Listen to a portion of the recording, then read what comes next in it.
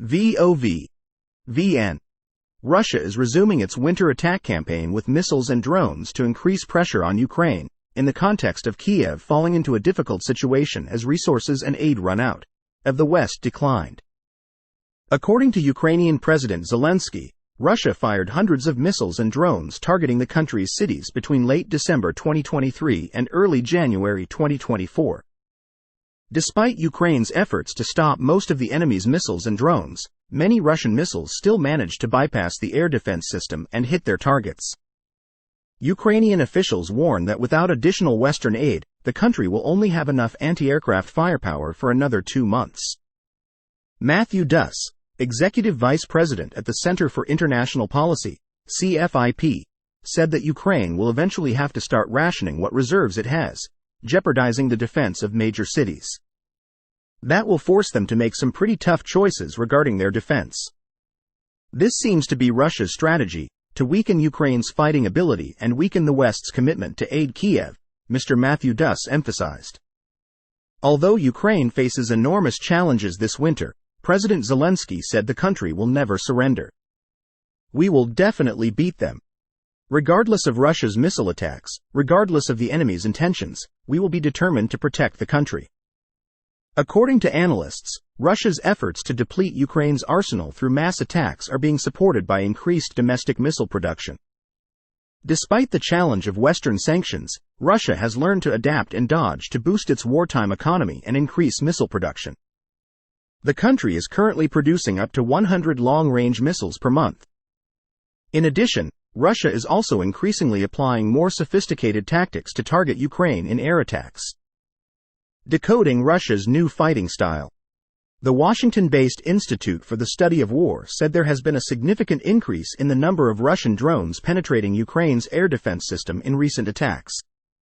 Matthew Schmidt, Associate Professor of National Security and Political Science at the University of New Haven, commented, "Russia seems to carry out this type of attack to overwhelm Ukraine's air defense system, costing Kiev. Intercept missiles and deplete the enemy's weapons stockpiles."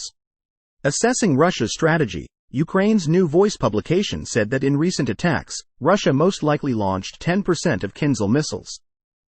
There is still a long way to go, while their production capacity is at most 4 missiles per month.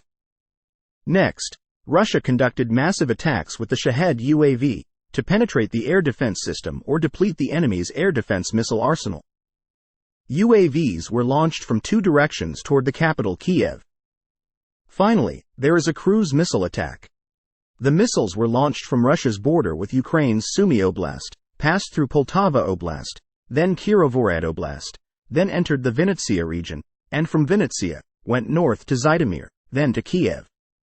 Notably, Ukraine's frontline cities were all hit by X-22, X-23, S-300 and S-400 ballistic missiles because conventional air defense systems cannot shoot down ballistic missiles.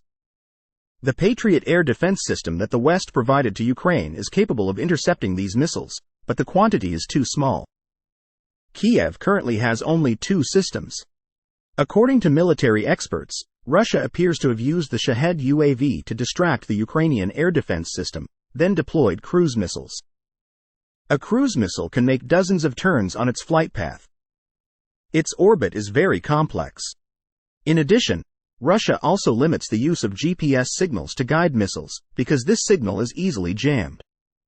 Moscow most likely uses a basic guidance system, scanning the route and storing it in the missile's memory. This requires longer programming time, but allows it to fly more accurately to hit the target. Urgent situation for Ukraine. Currently, Ukraine's anti-aircraft missiles and artillery shells are gradually running out. Kiev is starting to produce important defensive weapons, but the work will likely take years. In the U.S., the country's Congress is still arguing heatedly in negotiations on border security, which is expected to affect aid packages for Ukraine. The European Union has not yet approved a $50 billion aid package for Kiev due to Hungary's opposition. Peter Dickinson, a member of the Atlantic Council, warned of the risk of Ukraine exhausting its existing inventory of anti-aircraft missiles in the coming weeks. Ukraine could suffer catastrophic consequences if its air defense system collapses. As long as Western leaders limit Ukraine's ability to strike back at Russia, Ukrainian commanders will be forced to fight in the air with shields, not swords, noted Mr. Peter Dickinson. Across the front lines, fighting has slowed and neither side has achieved a significant breakthrough. Russia is stepping up its attack on the town of Avdiivka in the Donetsk region, but Moscow is also suffering heavy losses. However, by limiting Ukraine's air defense power, President Putin may be ready for a more powerful attack, according to the British Royal United Services Institute. Brock Bierman, senior fellow at the German Marshall Fund, also said that President Putin can take advantage of the West's delay in supporting Ukraine to gain an advantage. I wouldn't be surprised if Putin gains any tactical advantage in the next few months because of what's going on. The longer it takes the U.S. Congress to approve a new aid package for Ukraine, the more beneficial this will be for President Putin's calculations.